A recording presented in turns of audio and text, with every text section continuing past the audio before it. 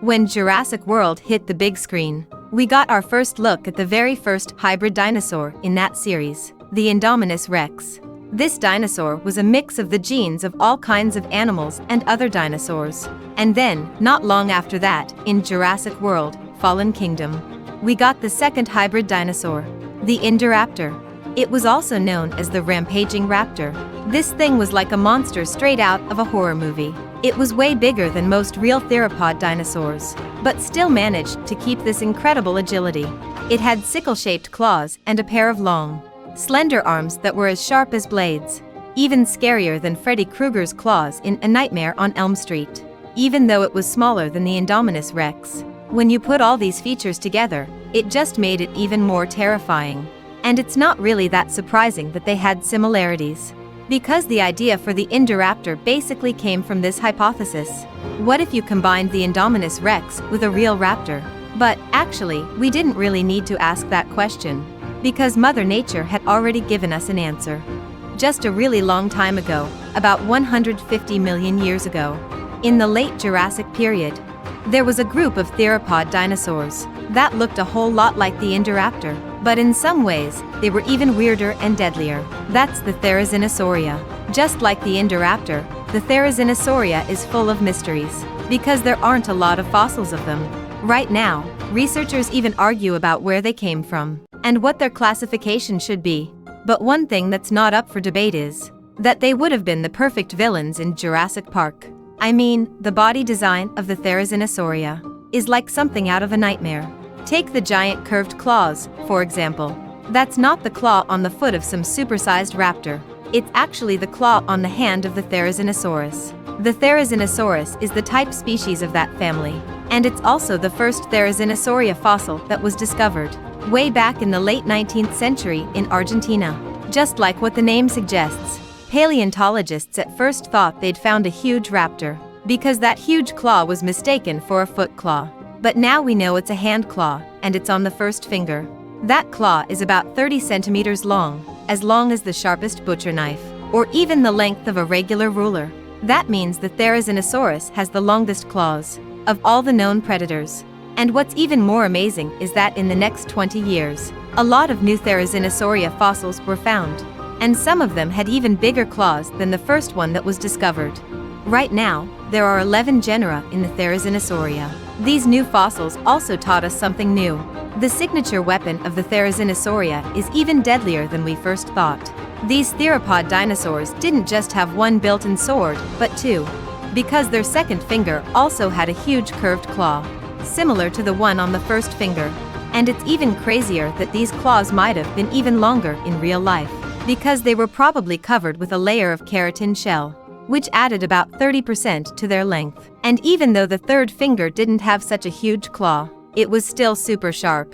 The Therizinosaurida wasn't just deadly because of the shape and size of their claws, but also because they had really strong and flexible front limbs and arms. These front limbs were wrapped in thick muscles, and their bone structure was really sturdy and durable, so they could handle these weapons really well, whether they were swinging them or stabbing with them. It was enough to cause some really bad damage. Studies show that the Therizinosaurida might not just use their claws to catch prey, but also to cut open carcasses to get at the meat that was hard to reach.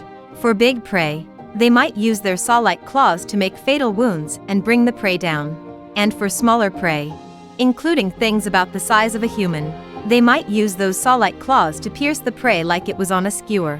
And they might even start eating it while it was still alive. Just like we eat pizza, except this pizza was alive, wounded, and definitely screaming. We know this was possible because the Therizinosaurida had really flexible and well-developed shoulder joints, which isn't that common among most predators. These unique shoulder joints gave them a wide range of motion, and they could even lift the prey up and put it in their mouths. Even though their claws were pretty terrifying, their teeth were no slouch either.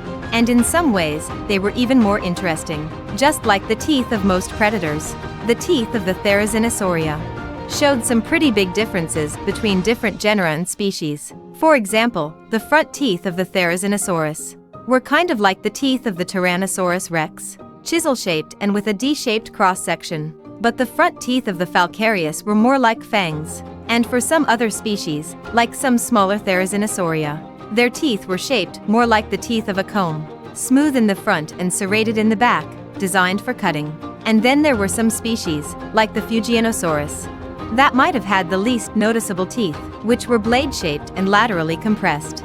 Kind of like the teeth of the Carcharodontosaurus, which is famous for its shark-like teeth. Studies show that the Therizzinosauria probably couldn't bite down with a lot of force, and they might not even be able to open or close their mouths really wide. But the really efficient design of their teeth made up for that.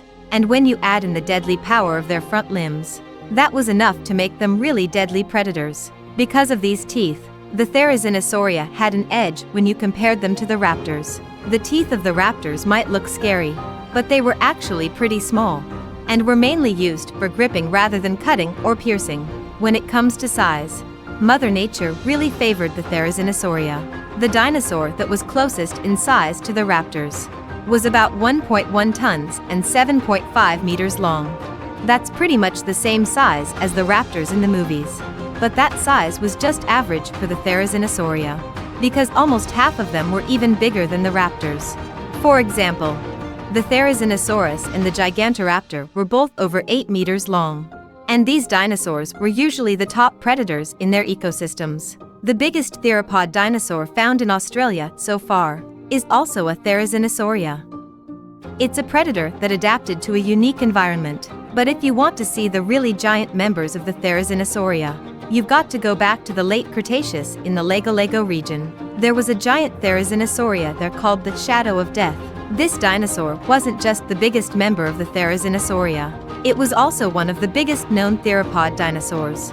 Fossils show that it could be up to 10 meters long, even longer than the biggest specimen of the Allosaurus that's been found so far.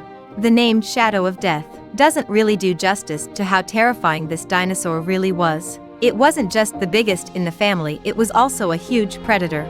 Its prey could have included all kinds of ornithopod and sauropod dinosaurs, and it might even have hunted the coexisting titanosaurs. It would use its huge claws to grab the prey, and then use its mouth to do some extra damage.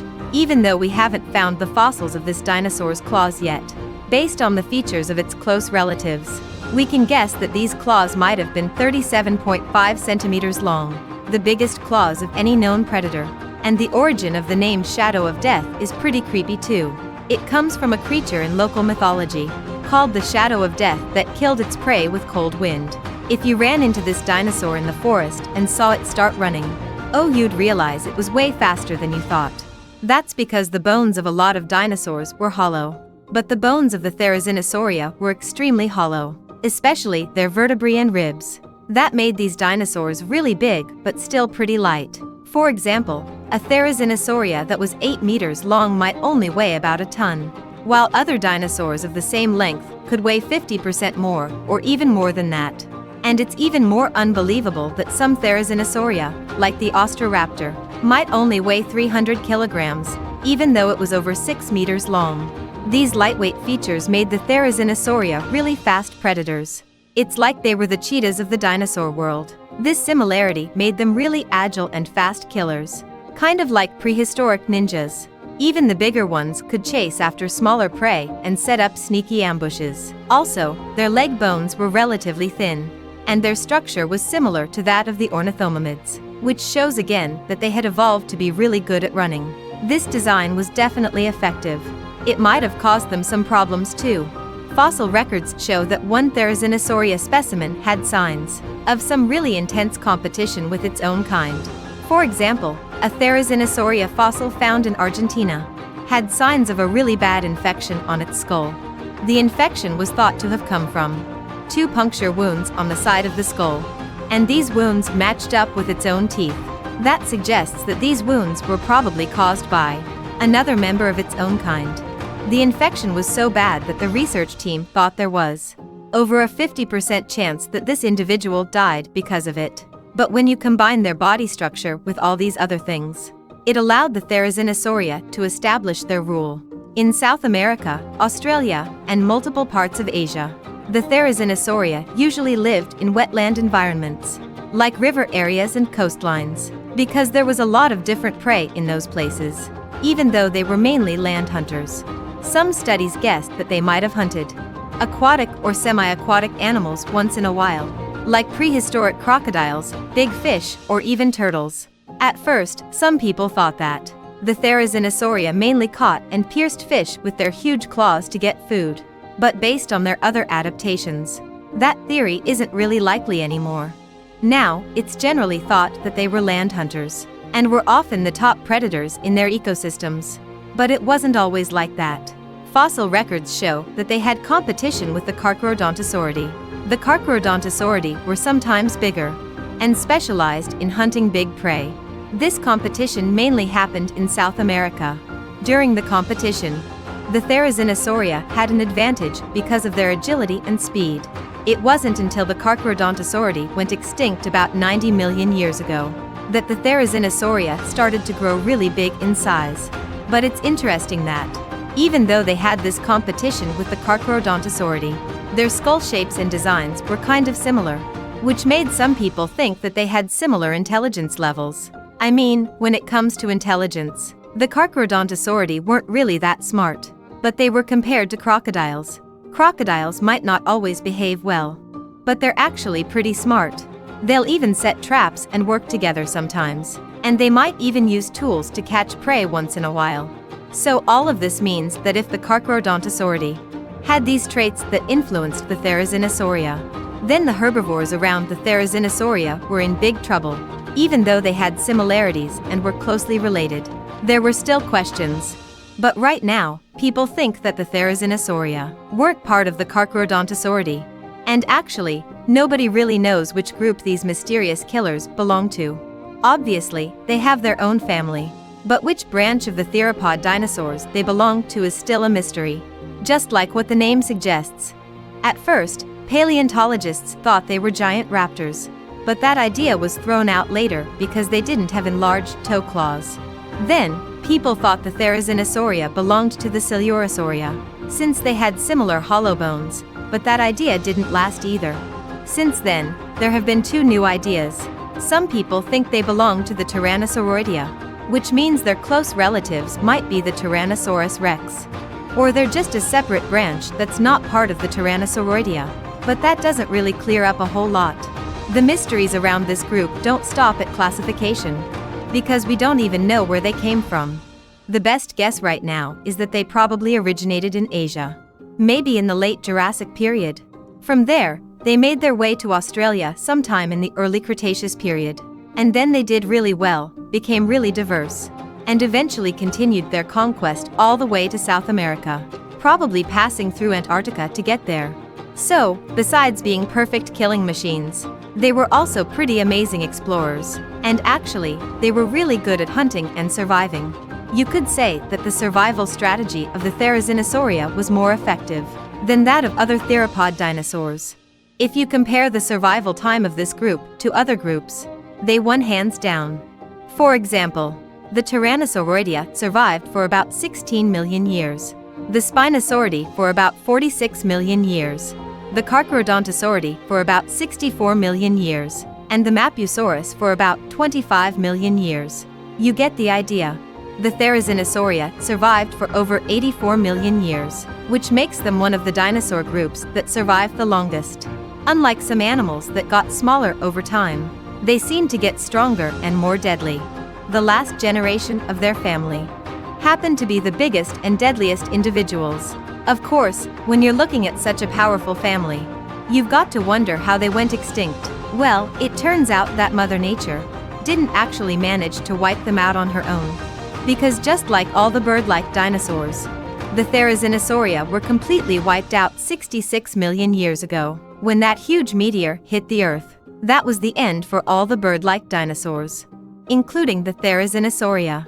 And to this day, we're still waiting for a new animal to come along, with claws that are just as amazing as theirs.